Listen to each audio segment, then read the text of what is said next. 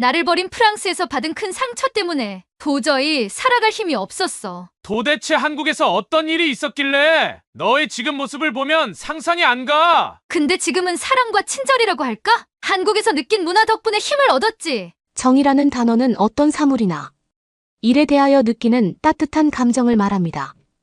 우리 한국인에게는 보편화된 개념이지만 외국인들에게는 다소 생소하게 느껴질 수도 있는데요.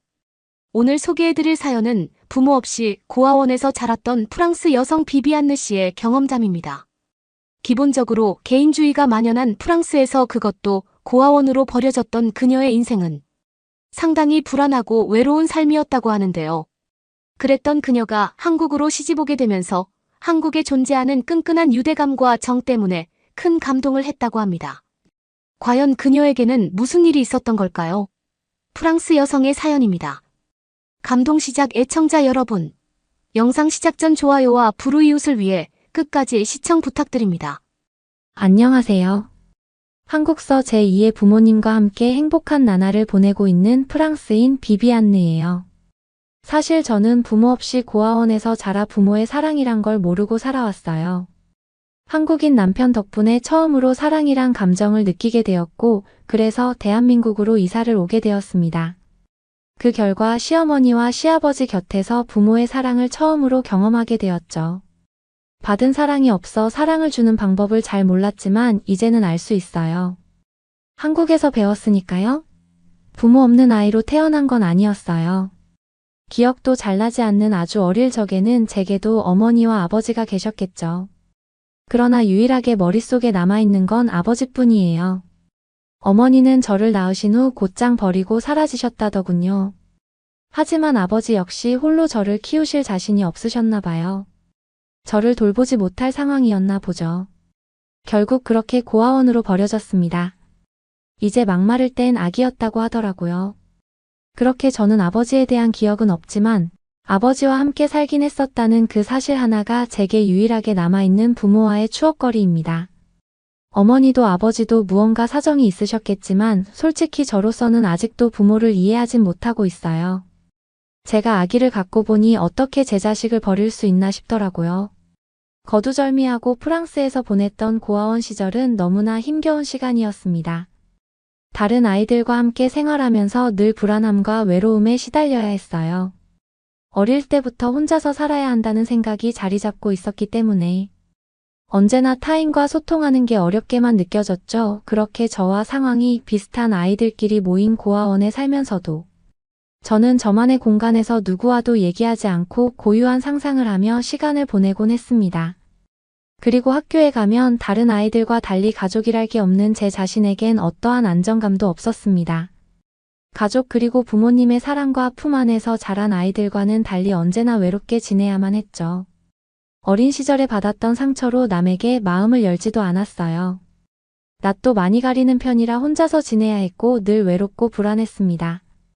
그렇게 자라다 보니 부모의 사랑과 따뜻함은 물론이고 그런 애정 어린 감정이 무엇인지 아예 몰랐어요. 사랑을 받아본 적이 한 번도 없었으니까요. 하지만 지금의 남편 민훈 씨를 만나고 나서부터 제 인생은 180도 달라지기 시작했네요. 제가 지금의 남편을 만난 것은 정말 우연이었습니다. 그날은 날씨가 유독 흐려 기분이 꿀꿀한 날이었죠.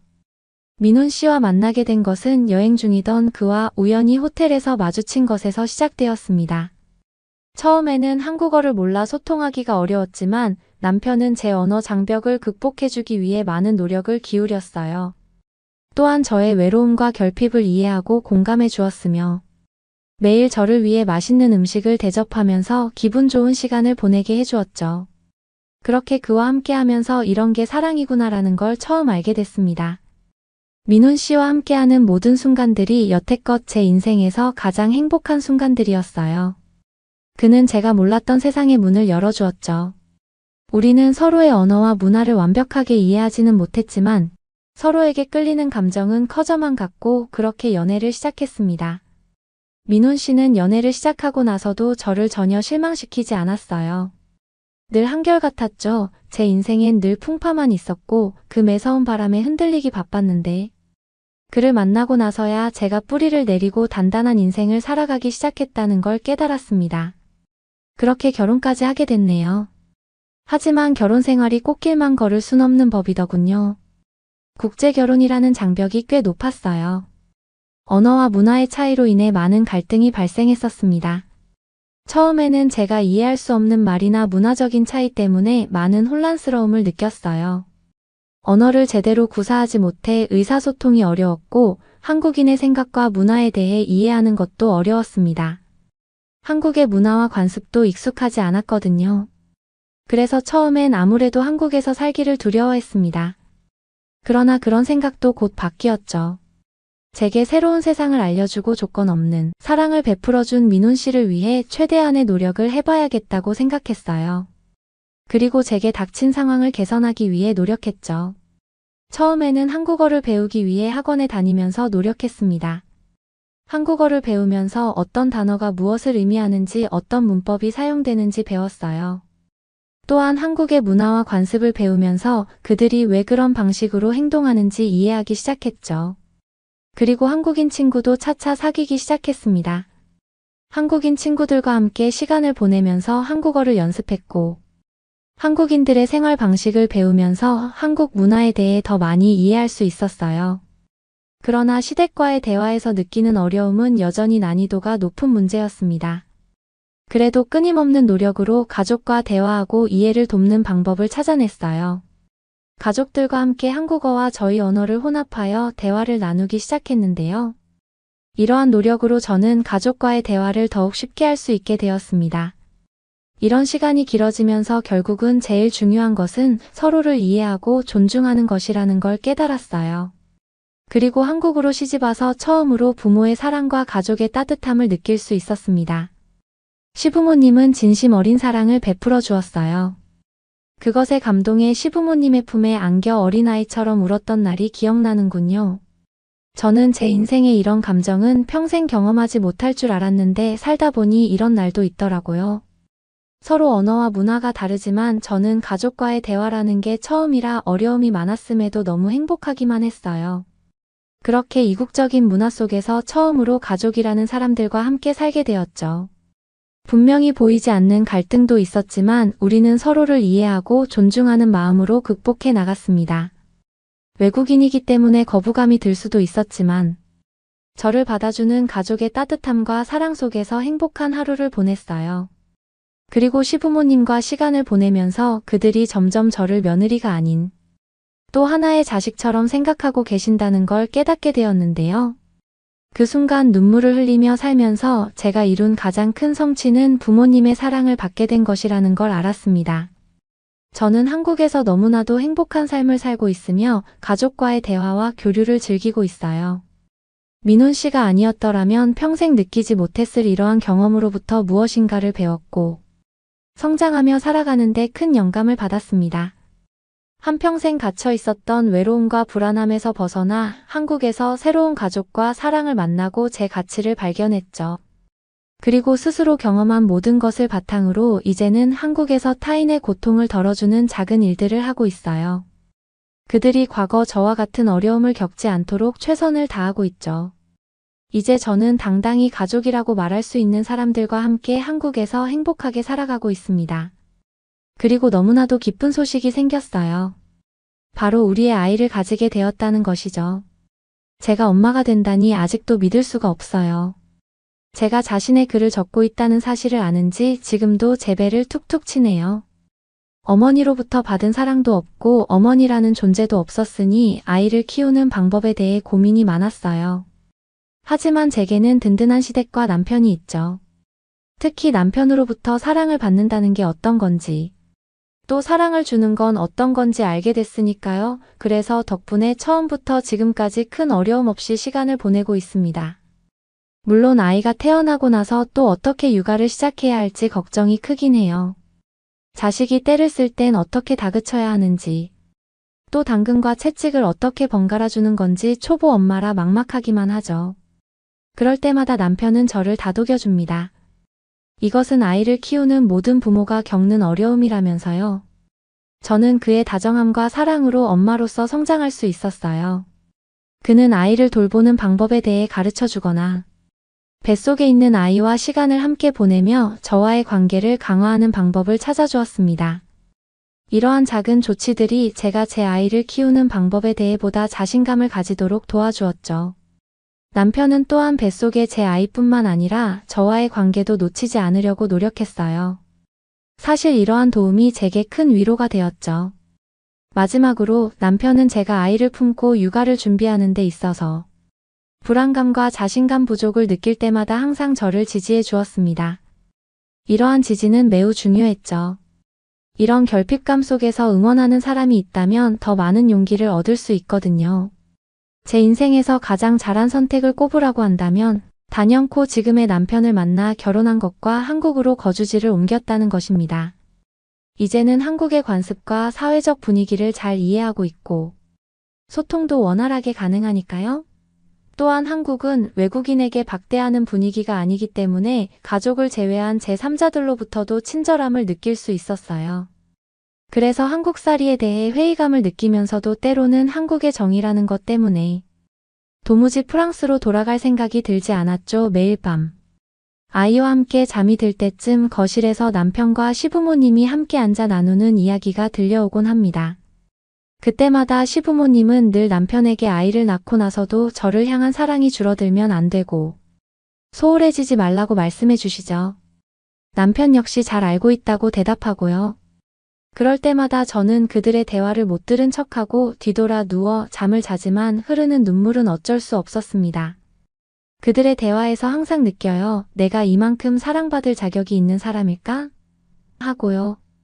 하지만 이제는 이렇게 나약한 마음을 가지지 않기로 결심했습니다. 저 역시 하나의 엄마가 되었으니까 강해져야죠. 우리 부모님처럼 되지 않을 거니까요. 어릴 때 부모님이 저를 버린 이유는 납득할 수도 이해하고 싶지도 않습니다. 하지만 분명 저를 버릴 때 죄책감을 느끼셨겠죠. 그리고 자신이 키우는 것보다 고아원에서 자라는 게 더 낫다고 생각하고 피눈물을 삼킨 채 저를 버리셨을 수도 있을 거예요. 어떤 이유에서든 이해가 가지 않고 저는 그들처럼 되지 않을 겁니다. 누구보다 열심히 준비하고 남부럽지 않게 내 자식을 키울 거예요. 절대 저처럼 결핍 있는 아이로 자라지 않게요. 물론 걱정은 하지 않습니다. 제게는 든든한 가족이라는 게 있으니까요. 제가 새로운 인생을 살게 해준 남편과 시댁, 그리고 한국의 고마움을 느낍니다. 그리고 한국에서 과거의 삶을 말끔히 잊고 단란한 우리 가정을 꾸릴 생각이에요. 누구보다 멋지게 말이죠. 여러분은 이번 사연을 통해 어떤 것을 느끼셨나요? 고아원에서 자랐지만 한국으로 시집 온 후 행복한 인생을 살고 있는 프랑스 여성 비비안느 씨의 사연이었습니다. 어린 시절의 어려움을 극복하고 이렇게 한국에서 좋은 남편과 좋은 시부모님을 만났다고 하니 정말 마음이 따뜻해지는데요. 아기를 키우는 것은 어려운 일이 될 수 있지만 주변에 있는 가족들의 사랑과 지지로 인해 멋진 엄마가 될 수 있을 거라 믿어 의심치 않습니다.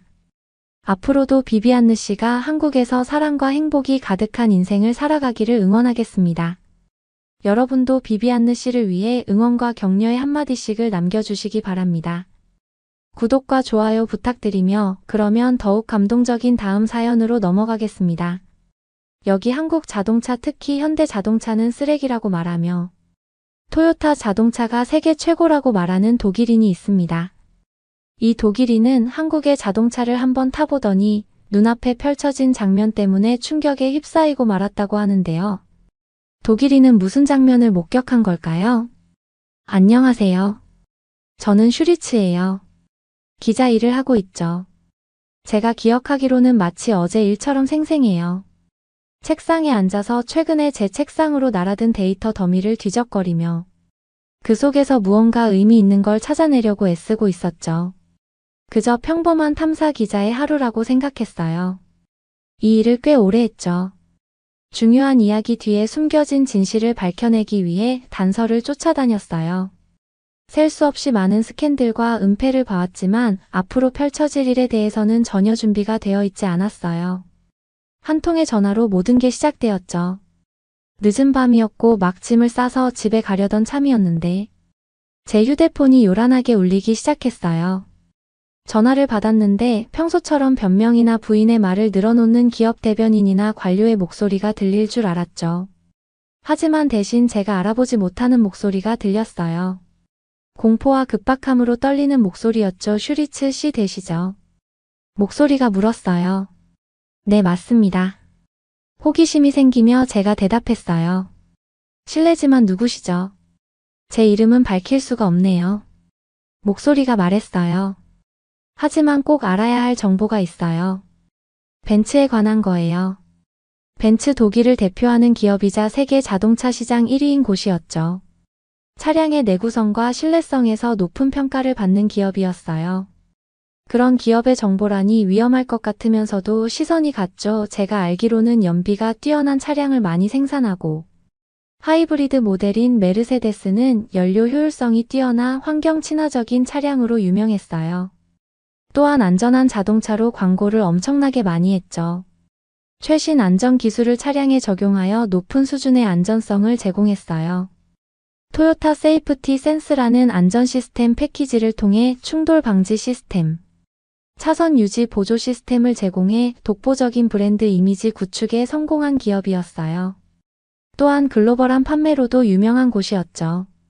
수십 년간 글로벌 판매량에서 상위권을 유지할 정도였으니까요. 특히 벤츠 모델은 세계에서 가장 많이 팔린 자동차 중 하나로 기록되었어요. 이런 업적을 가진 아시아 자동차 기업은 또 없었어요. 다들 요즘 현대자동차가 강세라고들 하는데 현대자동차는 벤츠에 비교도 안 됐죠. 벤츠는 글로벌 시장에서 먹히는 기업이었으니까요. 저는 의자에 꿋꿋이 앉으며 심장이 쿵쿵거리기 시작했어요. 벤츠는 세계 최대 자동차 제조사 중 하나였죠. 타의 추종을 불허하는 품질과 신뢰성으로 명성이 자자한 회사였어요. 만약 벤츠에서 뭔가 일어나고 있다면 엄청나게 큰 사건일 것이 분명했죠. 어떤 종류의 정보인데요? 목소리가 흔들리지 않게 최대한 노력하며 제가 물었어요. 전화통화로는 너무 구체적으로 말씀드릴 순 없겠네요. 목소리가 대답했어요. 하지만 벤츠의 인증 과정에 좀 이상한 구석이 있다고 해두죠. 일어나선 안 될 일들 말이에요. 사람들의 목숨을 위태롭게 만들 수도 있는 그런 일들이요. 등골이 서늘해졌어요. 만약 이 사람이 하는 말이 사실이라면 제 경력 중 최고의 특종감이 될 수 있겠죠. 그렇지만 언제나 겉으로 보이는 대로 흘러가는 건 아니라는 걸 잘 알고 있었어요. 이 바닥에서 일하다 보면 보이는 게 다가 아니라는 걸 곧장 깨닫게 되거든요. 그걸 입증할 만한 게 있으신가요? 제 기자 본능이 발동하며 물었어요. 주장을 뒷받침해줄 서류나 증거 같은 거 있나요? 전화 반대편에서 한참 동안 침묵이 흘렀어요. 무슨 심경의 변화를 겪고 있는 건지 상대방이 무겁게 숨쉬는 소리가 들렸죠. 필요한 걸 구해드릴 순 있어요. 한참 만에 그들이 입을 열었어요. 근데 쉽진 않을 거예요. 위험할 수도 있고요. 이 정보가 밖으로 새어나가는 걸 원치 않는 막강한 사람들이 있거든요. 저는 고개를 끄덕였어요. 물론 그들이 볼 순 없겠지만요. 이런 종류의 취재에 따르는 위험성은 잘 알고 있었어요. 비밀을 숨기려는 사람들한테 위협당해 본 적도 있고 삶이 완전히 뒤집힌 경험도 있었죠.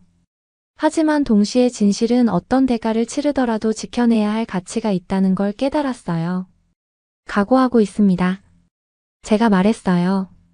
제가 해야 할 일만 일러주세요.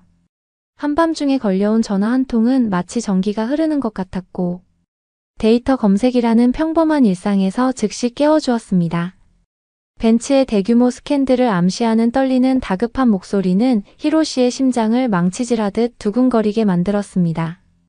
탐사보도 기자들이 꿈꾸면서도 두려워하는 천지를 뒤흔드는 특종이 바로 이런 것이었습니다. 제가 더 깊이 파고들면서 벤츠뿐만 아니라 독일 자동차 산업 전체에 걸친 부패와 부정행위의 엄청난 규모가 드러나기 시작했습니다. 위조된 수치 편법 안전 위반 등 이 거대 기업의 근간을 위협하는 복잡한 속임수의 그물망이었죠. 그리고 그 영향은 전 세계에 흩어져 있는 수백만 대의 의심스러운 차량과 함께 전 세계에 영향을 미쳤습니다. 저는 자신이 지구상에서 가장 강력한 기업들과 맞서 싸우는 위험한 수렁에 빠져들고 있다는 것을 알고 있었습니다. 그들은 할 수만 있다면 변호사와 홍보 요원들을 동원해 진실을 묻어버리고 그를 무너뜨리려 할 것입니다. 빈틈없는 사건을 만들고 취재원을 보호하려면 그의 모든 조사 능력과 결단력이 필요했습니다. 저는 앞으로의 길이 어디로 이어질지 전혀 예상할 수 없었습니다. 그의 삶과 경력 모든 것이 위태로웠죠. 하지만 수수께끼 같은 발신자의 목소리는 여전히 그의 마음속에 울려 퍼졌고 그가 애초에 기자가 된 이유. 즉 어떤 대가를 치르더라도 진실을 밝혀내야 한다는 사명을 상기시켜 주었습니다. 그렇게 제 인생에서 가장 치열하고 도전적인 취재 중 하나가 시작되었어요. 앞으로 몇 주 동안 저는 헤아릴 수 없을 만큼 많은 문서와 데이터를 샅샅이 살폈어요.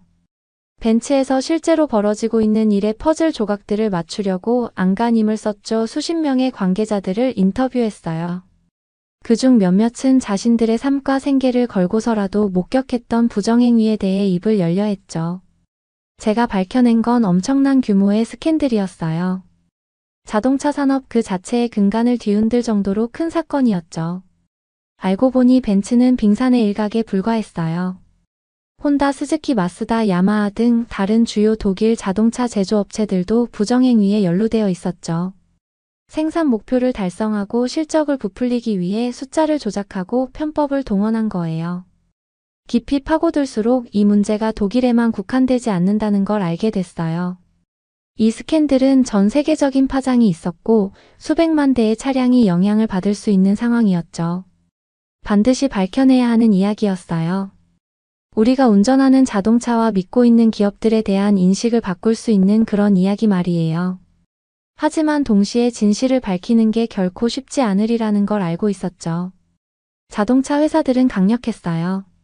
주머니가 두둑하고 명성을 지키기 위해 필사적으로 싸울 준비가 된 변호사들이 줄줄이 대기하고 있었죠.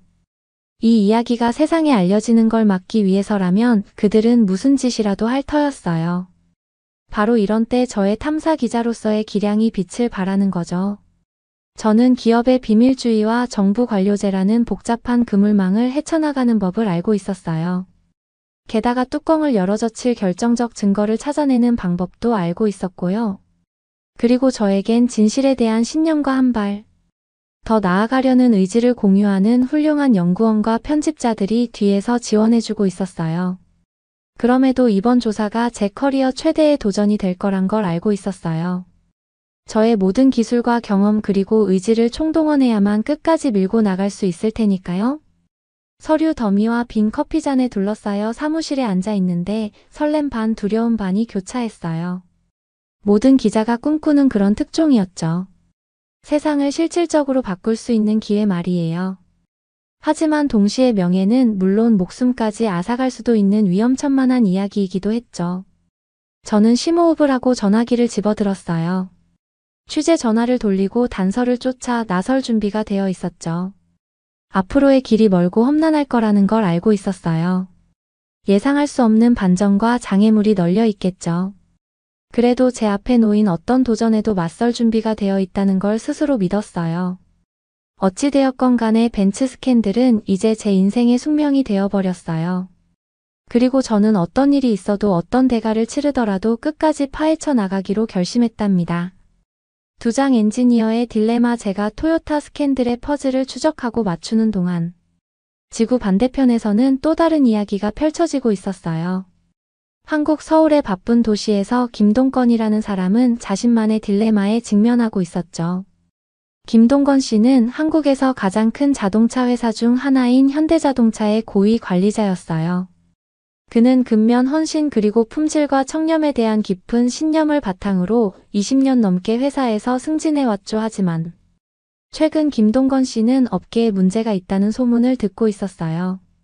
독일 자동차 회사들이 연루된 거대한 스캔들에 대한 소문이 돌고 있었는데 사기와 기만에 대한 의혹이 자동차 산업 전체에 대한 대중의 신뢰를 위태롭게 할 수 있다는 거였죠. 고위 관리자로서 김동건 씨는 현대가 이 소동에서 벗어나도록 하기 위해 자신의 회사와 나라에 책임이 있다는 것을 알고 있었어요. 그는 현대가 투명성과 신뢰성으로 알려져 있다는 사실을 항상 자랑스럽게 여겼고 그 명성을 지키기 위해 자신의 힘으로 할 수 있는 모든 것을 하기로 결심했죠. 하지만 그는 또한 업계의 압박이 심하고 경쟁력을 유지하기 위해 가장 선의의 기업들조차도 때로는 규칙을 어기거나 꼼수를 쓰고 싶은 유혹에 빠질 수 있다는 것도 알고 있었어요. 그는 그런 일이 다른 산업과 다른 나라에서 일어나는 것을 본 적이 있었고, 그것이 재앙으로 이어질 수 있는 미끄러운 경사 길이라는 것을 알고 있었죠. 최신 품질 관리 보고서와 생산 일정을 검토하면서 김동건 씨는 뭔가 이상하다는 느낌을 떨칠 수 없었어요. 숫자는 서류상으로는 좋아 보였지만 그에게는 겉으로 보이는 것 이상의 이야기가 있다는 불길한 느낌이 들었죠. 그는 좀 더 자세히 살펴보기로 했어요. 해결해야 할 불일치나 불규칙한 점이 있는지 데이터를 더 깊이 파고들어 보기로 한 거예요. 그는 회사 시스템을 통과하는 복잡한 정보의 그물망을 이해하려고 노력하면서 스프레드시트와 차트를 들여다보느라 긴 시간을 보냈죠. 처음에는 모든 것이 정상인 것 같았어요. 생산량은 목표치를 달성하고 있었고, 품질 관리 척도는 모두 허용 범위 내에 있었으며, 고객 만족도는 꾸준히 높았죠. 하지만 김동건 씨가 더 깊이 파고들면서 그를 멈칫하게 만드는 미묘한 패턴을 발견하기 시작했어요. 데이터에는 작은 불일치가 있었는데 대부분의 사람들은 무시하거나 중요하지 않다고 치부할 만한 사소한 모순이었죠. 하지만 김동건 씨의 훈련된 눈에는 대면한 작은 균열 같았어요. 일어날 수 있는 잠재적인 재앙을 경고하는 신호였던 거죠. 그는 자신의 발견을 진지하게 받아들이고 그가 발견한 문제를 해결하기 위해 행동을 취해줄 것을 희망하면서 상사들에게 우려사항을 제기했어요. 하지만 놀랍고도 안타깝게도 그는 저항과 회의에 부딪혔죠. 상사들은 김 과장이 너무 걱정한다고 했어요.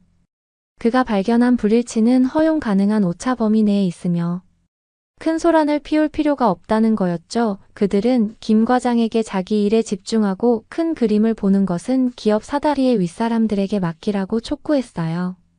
하지만 김동건 씨는 그냥 넘어갈 수가 없었어요. 그는 마음속으로 무언가 잘못되었다는 것을 알고 있었고, 그저 앉아서 자신의 회사와 산업이 위험에 처하는 것을 지켜볼 수는 없었죠. 그는 문제의 진상을 규명하기 위해 자신의 조사를 시작하기로 결심했어요. 먼저 그는 업계 내 인맥에 손을 뻗었어요. 오랫동안 알고 지내며 정직하고 편견 없는 정보를 줄 것이라고 신뢰하는 사람들이었죠. 그는 그들에게 자기 회사에서 특이하거나 우려되는 점을 발견했는지, 잠재적인 위법 행위에 대한 소문이나 흉흉한 소리를 들은 적이 있는지 물어봤어요. 놀랍게도 그는 혼자가 아니었어요. 그의 많은 동료들이 자신들의 데이터에서도 비슷한 불일치와 불규칙함을 발견했지만 너무 두렵거나 확신이 없어서 그것에 대해 말하지 못했다는 것을 알게 되었죠. 그들은 김 과장에게 효율성과 수익성이라는 명목으로 끊임없이 증가하는 생산 목표를 달성하라는 압박 구석을 잘라내고 기준을 낮추는 이야기를 들려주었어요. 김동건 씨는 자동차 산업 전체의 기반을 흔들 수 있는 엄청난 것을 우연히 발견했다는 걸 알았어요. 그는 또한 상사의 지지나 승인 없이 혼자서 이 조사를 추진하는 것이 엄청난 위험을 감수하는 것임을 알고 있었죠. 하지만 선택의 여지가 없다는 것도 알고 있었어요. 그는 원칙을 지키는 사람이었고 대가를 치르더라도 옳은 일을 하는 것을 믿는 사람이었죠. 그리고 지금 행동하지 않으면 진실을 밝히고 책임자를 처벌하기 위해 자신의 힘으로 할 수 있는 모든 것을 하지 않으면 자신이 지지하는 모든 것을 배신하게 될 거라는 걸 알고 있었어요. 그래서 그는 계속 나아갔어요. 상부의 압박이 더욱 심해지고 동료들의 저항이 더욱 거세지는 가운데에서도 증거를 모으고 사례를 구축했죠. 그는 도덕적 분노와 정의에 대한 깊은 헌신으로 연료를 공급받아 밤낮으로 장시간 일했어요. 그리고 그가 업계를 뒤덮고 있는 것처럼 보이는 기만과 부패의 그물망을 더 깊이 파고들면서 김동건 씨는 자신이 단지 자신의 회사나 나라를 위해 싸우는 게 아니라 훨씬 더 크고 중요한 무언가를 위해 싸우고 있다는 것을 깨닫기 시작했어요. 그는 자동차 산업의 영혼 그 자체를 위해 전 세계 수백만 명의 소비자들이 안전하게 목적지로 이동하는데 의존하는 이 차량들에 대한 신뢰와 확신을 위해 싸우고 있었던 거예요. 그는 현대와 같은 기업들이 소수의 나쁜 행위자들의 행동에 의해 오염되는 것이 아니라 청렴과 투명성의 모범으로 내세워질 수 있는 미래를 위해 싸우고 있었죠. 그것은 끝까지 보려면 그의 모든 기술과 모든 결단력이 필요할 엄청난 과제였어요. 하지만 김동건 씨는 도전할 준비가 되어 있었죠. 그는 앞으로의 길이 길고 어려울 것이며 모든 고비마다 장애물과 좌절이 가득할 것임을 알고 있었어요. 하지만 혼자가 아니라는 것도 알고 있었죠. 그에게는 원칙과 정의감 그리고 진실에 대한 헌신을 공유하는 사람들의 지지가 있었어요. 그리고 그러한 도구들을 갖고 있으니 차이를 만들어낼 수 있고 자동차 산업을 다시 바른 길로 이끌어 모두에게 더 밝은 미래를 보장할 수 있다는 걸 알았죠. 기업의 성공과 자신의 책임감에 무게에 둘러싸여 사무실에 앉아있는 김동건 씨는 깊은 숨을 내쉬며 앞으로 다가올 전투를 위해 마음을 단단히 먹었어요. 앞으로의 여정이 그의 인생에서 가장 어렵고 중요한 여정이 될 거라는 걸 알고 있었죠. 하지만 그것이 대가를 치르더라도 기꺼이 떠나고 싶은 여정이라는 것도 알고 있었어요. 자신의 회사와 나라 그리고 세상을 위해 김동건 씨는 옳은 일을 위해 싸울 준비가 되어 있었던 거예요. 서울에 도착했을 때 도시의 에너지와 활력이 깊은 인상을 받았어요. 사람들은 분주히 오가며 삶의 목적과 의지를 가지고 일상생활을 하는 것 같았죠. 하지만 현대 본사로 걸어가면서 여기가 좀 다르다는 느낌을 떨칠 수가 없었어요. 모든 것을 관통하는 평온함과 질서가 있었고 우선순위가 바르고 가치관이 정연한 회사라는 느낌이 들더라고요. 현대 건물의 빛나는 복도를 걷는 동안 제가 만난 모든 직원에게서 뿜어져 나오는 자부심과 목적의식에 감명을 받았어요. 이들은 자신들이 하는 일을 믿는 사람들이었고 그들의 일을 단순한 직업이 아닌 소명으로 여기는 것 같았죠. 그리고 김동건 씨를 만났어요. 한국으로 가서요. 그는 강철 같은 눈빛과 단호한 악수를 하는 조용하지만 강렬한 사람이었어요. 하지만 그 진지한 외모 아래에선 따뜻함과 인간미가 느껴졌고 그건 저를 더 편안하게 해주더라고요. 만남 내내 김동건 씨는 막 대학을 졸업한 젊은 엔지니어에서 윤리적 리더십에 깊이 헌신하는 고위 관리자로 현대에서의 자신의 여정을 저와 공유했어요. 그는 투명성과 책임의 중요성 기업이 무엇보다 고객의 안전과 복지를 최우선으로 해야 한다는 필요성에 대해 열정적으로 말했죠. 하지만 그는 또한 도전에 직면했던 순간들, 치열한 경쟁과 시장 수요에 직면하여 구석을 잘라내고 가치를 타협하라는 압박도 솔직하게 털어놨어요. 무언가 꼭 맞지 않는 것 같을 때 눈 감아주고 쉬운 길을 택하고 싶었던 순간들이 있었다고 인정하더라고요. 그러나 결국엔 강력한 이해관계에 맞서거나 자신의 경력을 위험에 빠뜨리더라도 항상 옳은 일을 선택했대요. 청렴이 그저 유행어나 마케팅 구호가 아니라 매일 살아가고 숨 쉬어야 하는 근본적인 가치라고 믿었다고 하더군요. 김동건 씨의 말을 들으면서 그의 모범에 감명받지 않을 수 없었어요. 그의 업계에 있는 많은 사람들과 같은 압박과 유혹에 직면했지만 옳은 일을 하겠다는 신념을 한 번도 흔들리지 않은 사람이었죠. 그리고 현대시설 빛나는 조립 라인과 최첨단 테스트 장비들을 둘러보면서 이 회사가 진정 그 신념을 가슴에 새겼다는 걸 깨달았어요. 생산 라인에서 나오는 모든 차량은 김동건 씨 같은 사람들, 품질과 안전이 구호가 아닌 신성한 신뢰라고 믿는 사람들의 노력과 헌신을 증명하는 거였죠. 김동건 씨와의 만남을 마치고 새로운 활력과 의지로 수사의 다음 단계를 맞이할 준비가 되었어요. 여기서 특별한 것을 발견했다는 걸 알았죠.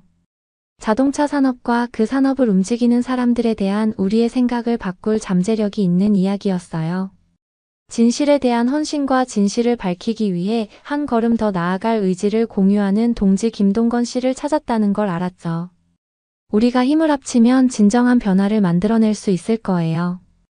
업계를 바른 길로 이끌고 모두를 위한 더 밝은 미래를 보장하는 데 도움이 될 수 있다고 믿었어요. 독일로 돌아가는 비행기에 올랐을 때 제 머릿속은 생각과 가능성으로 가득 차 있었어요. 앞으로의 길이 멀고 험난할 거라는 걸 알았죠. 모든 단계마다 우리에게 맞서는 강력한 이해관계가 있을 테니까요. 하지만 우리는 혼자가 아니란 사실도 알고 있었어요.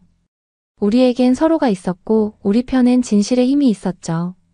그리고 그 사실을 알고 있었기에 앞으로 닥칠 어떤 도전들이라도 극복하고 더 강하고 단단해질 수 있다는 평온함과 의지가 절감쌌어요.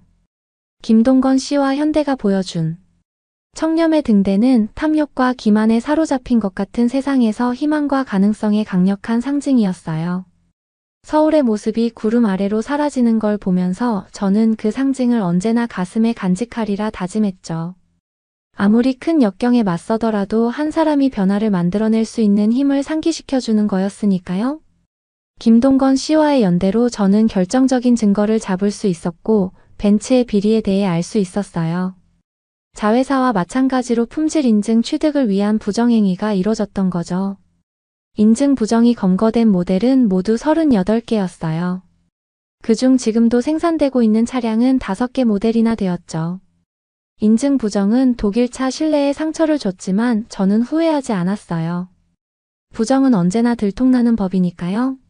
그 후 품질 인증 취득의 부정행위는 독일 내에서 신경 쓰게 되는 이슈가 됐고, 품질 인증 부정 취득에 관해서는 엄하게 바라보는 결과가 이루어졌어요. 힘들었지만 꼭 필요한 절차였던 것이었죠. 그러면 더욱 재미있는 다음 사연으로 넘어가겠습니다. 안녕하세요. 저는 영국의 작은 마을에 사는 실비아예요. 작년 여름 건강 문제로 인해 삶을 포기할 뻔한 적이 있었어요. 제 신장 기능이 좋지 않아서 혈액투석에 의존하고 있거든요. 양팔에는 투석으로 인한 흉터가 많이 있는데 사람들이 보면 깜짝 놀라고 심지어 무서워하기도 해요. 투석이 얼마나 고통스러운 과정인지 대부분은 상상도 못하겠지만 지금 이 순간 정글에도 투석으로 살아갈 수 있다는 게 감사해요. 저는 작년에 신장암 진단을 받고 그냥 죽고 싶었던 때도 있었어요. 하지만 한국에 와서 치료를 받고 난 후 전 새롭게 태어났죠. 여기서 경험한 의료진의 따뜻한 마음과 놀라운 의술에 대해 얘기해주고 싶어요.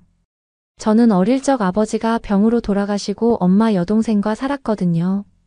가난했지만 저희는 서로 의지하며 지냈죠. 엄마는 빵집을 하셨고 저랑 동생은 아르바이트로 도왔어요. 하교 후에는 엄마 가게에 가서 심부름도 하고 그랬죠. 그렇게 바쁘게 지내면서 시간이 흘렀어요. 공부를 잘하고 착실했던 여동생은 교수님 추천으로 항상 가고 싶어 했던 한국의 교환학생으로 가게 됐어요. 왜 한국으로 가고 싶었는지는 저희도 모르겠어요. 제가 생각하기에는 영국이 훨씬 좋은 나라였으니까요. 이해는 안 되지만 추천을 받은 동생의 표정은 매우 밝아 보였어요. 물론 학비가 걱정됐지만 엄마는 꿈을 응원해 주시면서 돈 걱정은 하지 말라고 하셨다 또. 어머니는 제가 잘 돌볼 테니 걱정 말라고 해서 안심하고 유학을 갔어요. 동생이 간 지 몇 달 후 엄마가 일을 더 많이 하신다고 하셨어요. 너무 무리하시는 건 아닌지 걱정이 됐죠. 그러다 어느 날부터 저는 한밤중에 화장실 가려고 자주 깨곤 했어요. 처음엔 별거 아닌 줄 알았는데 점점 심각한 문제들이 나타나기 시작했죠. 온몸이 부어오르고 계단 몇 개만 올라가도 숨이 차고 심지어 나중에는 가슴 통증까지 느꼈어요. 시간이 지나면 나아지겠지 하고 무시했는데 점점 일상생활에 지장을 주더라고요. 그러다 어느 날 집에 오는 길에 갑자기 쓰러졌어요. 병원비가 부담돼서 저는 엄마에게 그냥 참을 수 있을 거라고 시간이 해결해 줄 거라고 얘기했죠. 그런데 다음날 아침방에서 일어나는데 또 어지럽고 쓰러질 것 같았어요. 엄마는 깜짝 놀라서 의사 선생님께 상담하고 여러 검사를 받기로 했죠. 저희 사정에 큰 병원은 갈 수가 없었어요.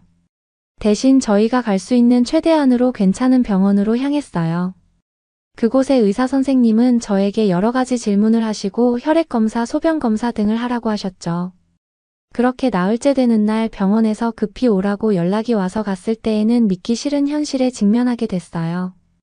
의사 선생님은 제게 검사 결과를 보여주시면서 저에게 만성심부전 진단을 내리시고 앞으로 투석과 치료가 필요하다고 하셨어요.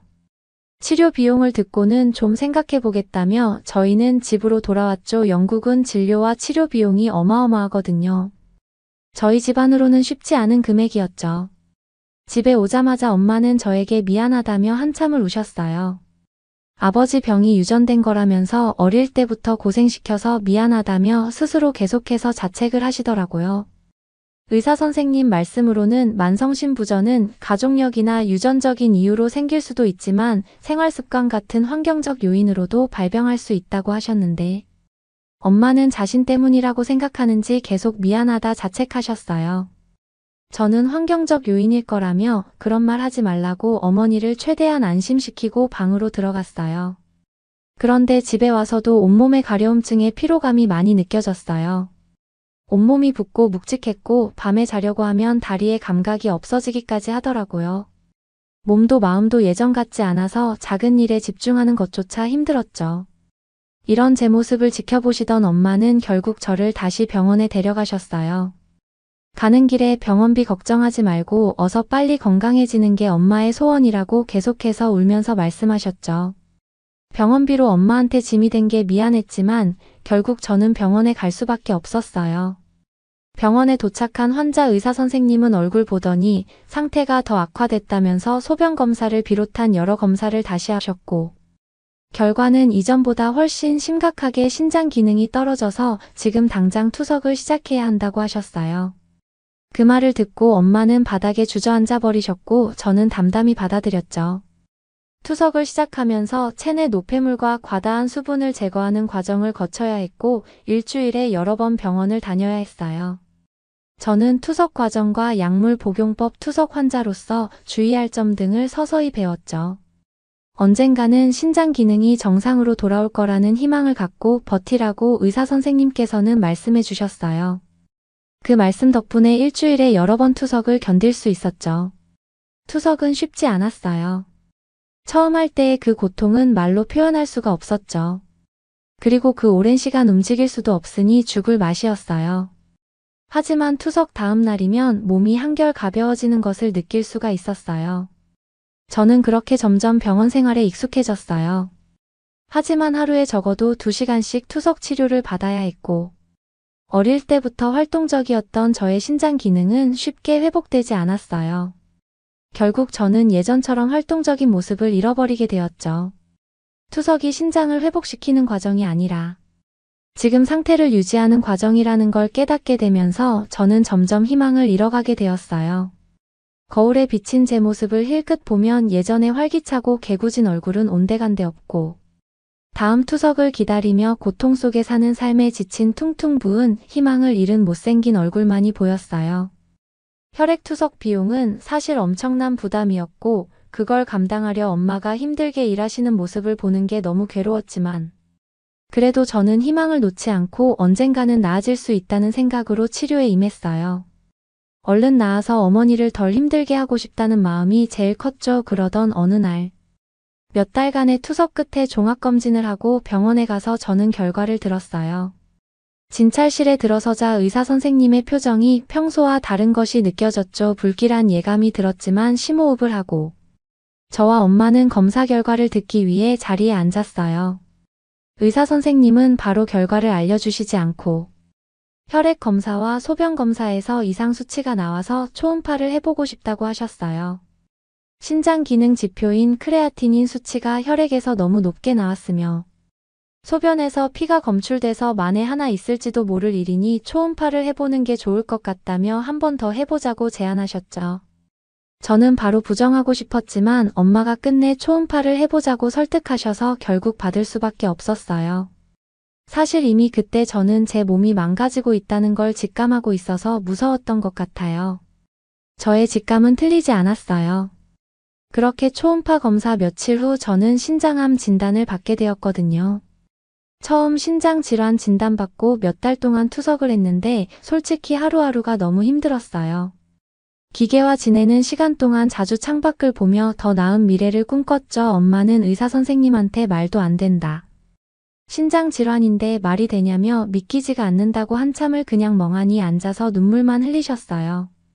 처음 신장 질환이라는 얘기를 들었을 때 너무나도 화가 났어요. 내가 뭘 잘못해서 이런 벌을 받나 싶어서 너무 서글프고 억울했죠. 그리고 그 후로는 삶을 놓아버리고 엄마와의 관계도 점점 악화되고 말았어요.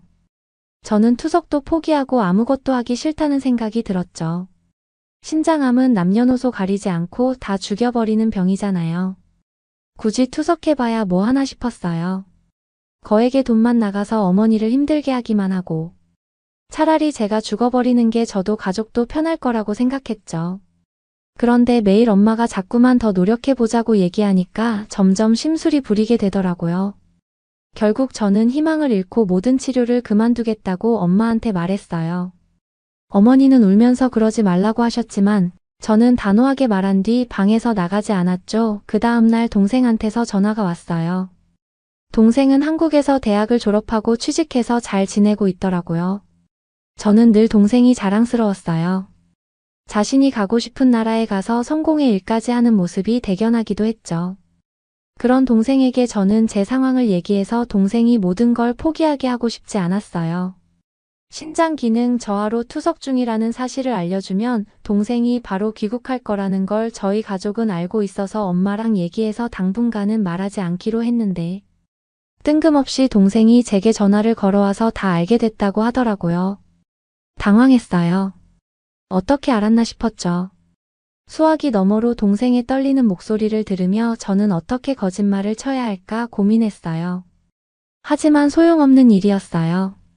알고 보니 모든 치료를 그만두겠다고 말한 다음날 엄마가 참지 못하고 동생에게 그동안 있었던 일을 다 털어놓고 설득해달라고 부탁하셨더라고요. 저는 동생에게 미리 말하지 못해서 미안하다며 솔직히 시간이 얼마 남지 않은 것 같다고 했어요. 저의 목소리에서 떨림을 감출 수가 없었어요. 이런 말을 하는 제가 너무나도 처량하게 느껴졌거든요. 그런데 동생은 조금도 망설이지 않고 저에게 이야기를 했어요. 실비야 걱정하지 마. 한국에서 다시 검사받고 치료받을 수 있어. 영국보다 훨씬 더 저렴하게 받을 수 있는 방법이 있어. 그러니 돈 걱정은 하지 말고. 한국으로 와. 한국 의료기술도 영국 못지않게 놀라워. 희망을 버리지 마. 내가 기다리고 있을게 라며 늘 그랬듯 따뜻한 목소리로 말했죠. 힘든 시기마다 동생은 항상 저를 격려해 줬어요. 하지만 이번에는 제가 제 자신에 대한 희망이 별로 없었죠. 몇 달간의 투석으로 저는 이미 너무 지쳐 있었거든요. 저는 이제까지 일어났던 일을 다 얘기해 줬어요. 현재 상황과 가족 상황을 설명하고 더는 못하겠다고 했죠. 영국 병원에서도 제 상태를 호전시킬 수 있는 방법이 없다고 했으니까요. 게다가 신장암 진단까지 받았죠. 희망이 없다고 말했어요. 영국에서도 하지 못한 걸 어떻게 한국에서 할 수가 있겠어요. 의료 기술도 영국이 훨씬 높은데요. 하지만 동생은 다른 건 걱정하지 말고 이번 주에는 투석을 꼭 받으라고 저에게 신신당부를 했어요. 그리고 한국에 오라고 표를 보내줄 테니까. 다시 모든 검사를 한 번만 다시 해보자고 했죠. 저는 그러기 싫다고 편하게 살다가 자연스럽게 삶을 마감하고 싶다고 했어요. 투석도 더는 하기 싫고 그냥 이렇게 살다가 조용히 생을 마감하고 싶다고 말했죠. 동생은 계속 저를 설득했어요. 한국 의료 수준은 제가 생각하는 것보다 훨씬 높다면서 기적 같은 일도 있다고 포기하면 안 된다고 했죠. 점점 통화를 하다 보니 동생의 말에 용기가 생겼어요. 한국에 가면 다시 희망을 찾을 수 있을까? 정말 그곳에서 기적이 일어날 수도 있을까? 하는 생각이 들었죠. 어쩌면 이것이 저의 마지막 모험이 될 수도 있겠다 싶었어요. 며칠 뒤 저는 결국 짐을 싸서 공항으로 향했어요. 뭔가 달라질 거라는 예감이 벌써 들더라고요. 죽기 전에 마지막으로 여행을 다녀온다는 생각으로 저는 동생이 있는 한국행을 결심했죠. 저는 엄마와 함께 병원에 가서 마지막 투석을 받았어요. 미리 상황을 설명드려서 의사 선생님도 제 사정을 잘 알고 계셨고 지금까지 받은 치료와 투석 기록을 다 가지고 계셨죠. 다음 날 저는 인생의 첫 번째이자 마지막 여행이 될 한국행 비행기에 올랐어요. 마지막으로 동생 얼굴이라도 보려고 간 거였죠. 비행기에 오르면서 스스로에게 새로운 시작이라고 다짐했어요. 걱정과 기대감이 교차했지만 한 가지 확실한 건 제가 한국으로 가고 있다는 거였어요. 순간 세계 최고 수준의 의료 기술과 따뜻한 사람들에 대해 들어왔던 게 머릿속을 스쳤고 어쩌면 내 인생이 바뀔 수도 있겠다는 작은 희망의 불씨가 생겼죠.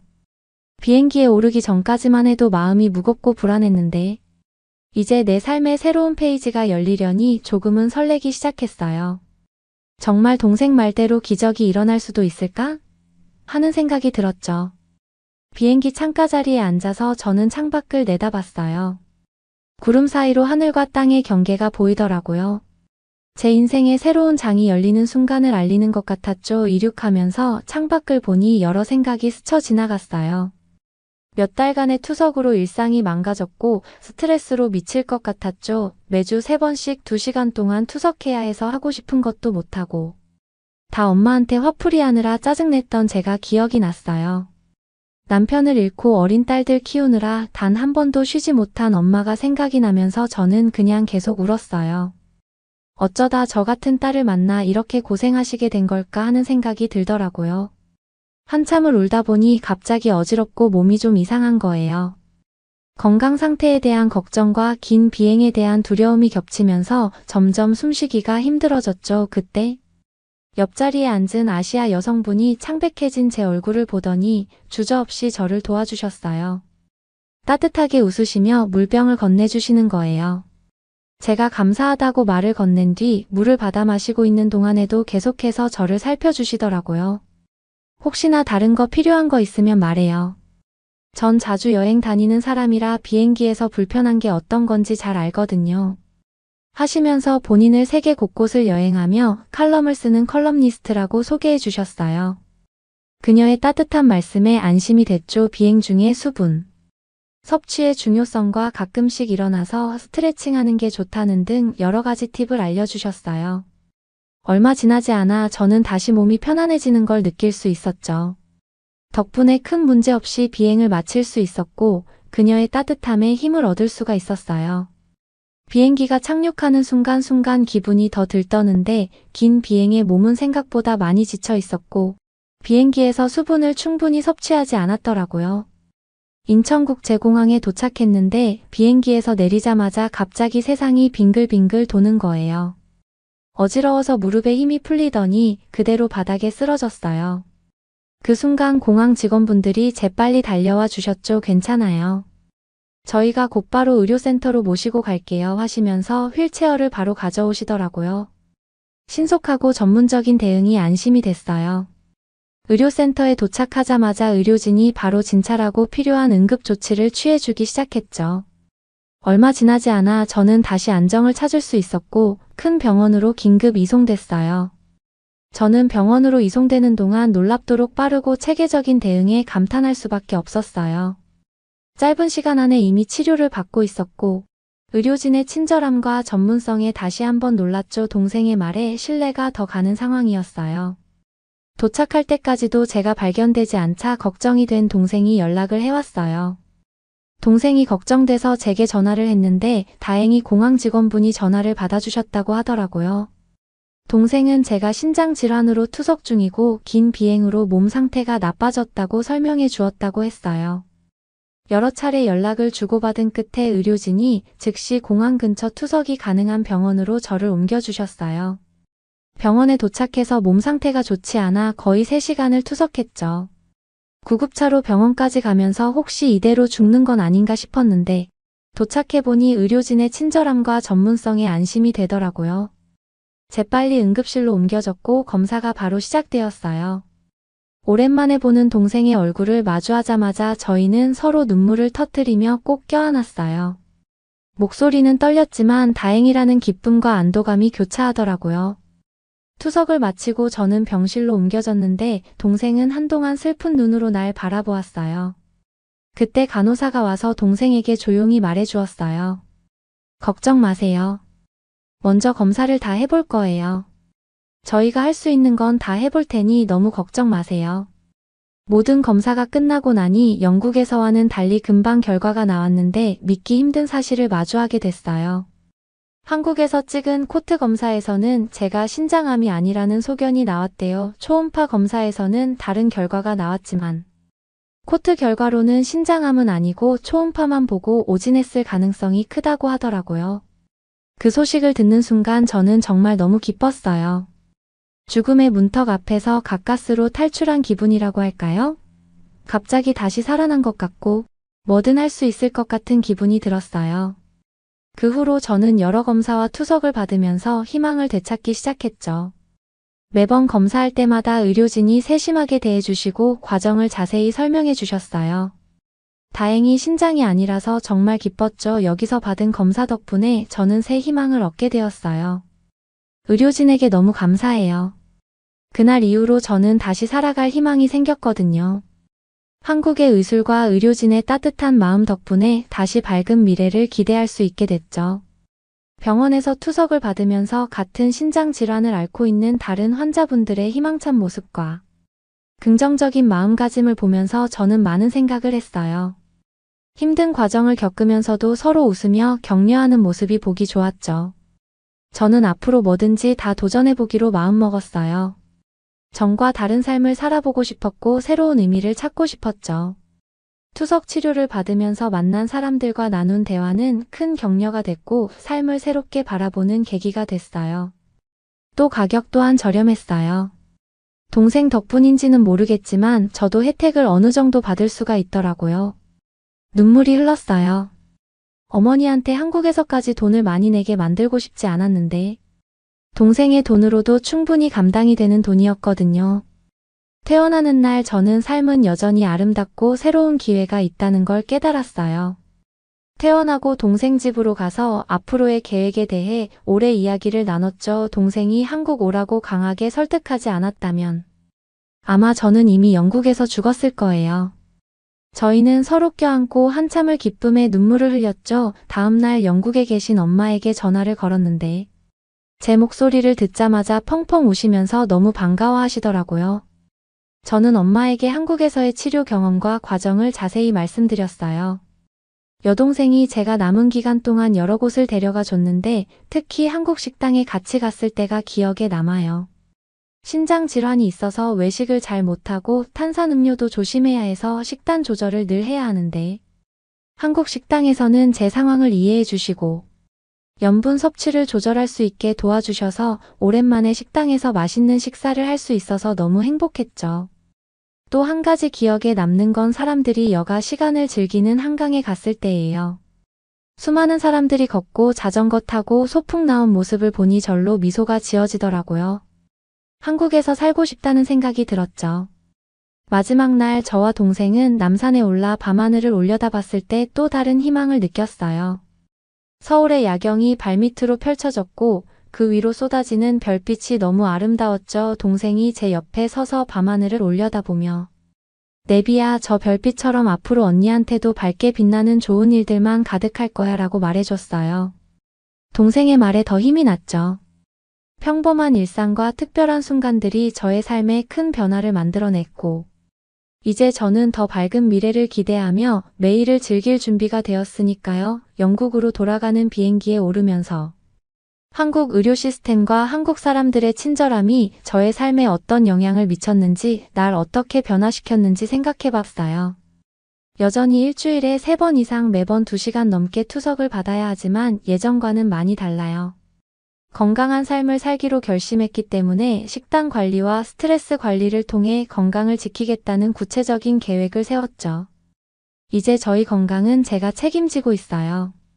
한국 병원에서 배운 건강관리 팁을 실천하고 있죠. 내 이야기를 통해 다른 사람에게 희망과 용기를 주고 싶어요. 그 속에서 깨달은 점과 희망의 메시지를 힘들어하는 사람들에게 전하면서 도움이 되고 싶어요. 한국에서 제2의 삶을 선물 받았어요. 어떤 어려움이 닥쳐도 포기하면 안 된다고 믿어요. 한국에서의 경험은 새 삶을 살게 해준 선물이에요. 내 이야기를 통해 사람들에게 희망을 전할 거예요. 이 희망을 간직하며 앞으로도 계속 살아갈 거예요. 한국이 새 삶을 살게 해줘서 너무 고마워요 같은 처지에 있는 분들에게 절대 희망을 버리지 말라고 말해주고 싶어요. 포기하지 마세요. 행운이란 기적은 가끔씩 누구에게나 찾아오니까요. 모두 건강하시길 바랍니다. 여러분은 어떻게 보셨나요? 응원과 격려의 한마디씩을 댓글로 남겨주시기 바랍니다. 사연자분들에게 전달해드리겠습니다. 실제 사연 제보를 받고 있습니다. 채택되신 분께는 작은 선물도 보내드리고 있습니다. 저희의 사연이 여러분의 하루에 작은 힘이 될 수 있었으면 좋겠습니다. 감동적인 사연을 주변 분들과 이야기 나눠보세요. 더욱더 좋은 영상으로 다시 찾아뵙겠습니다.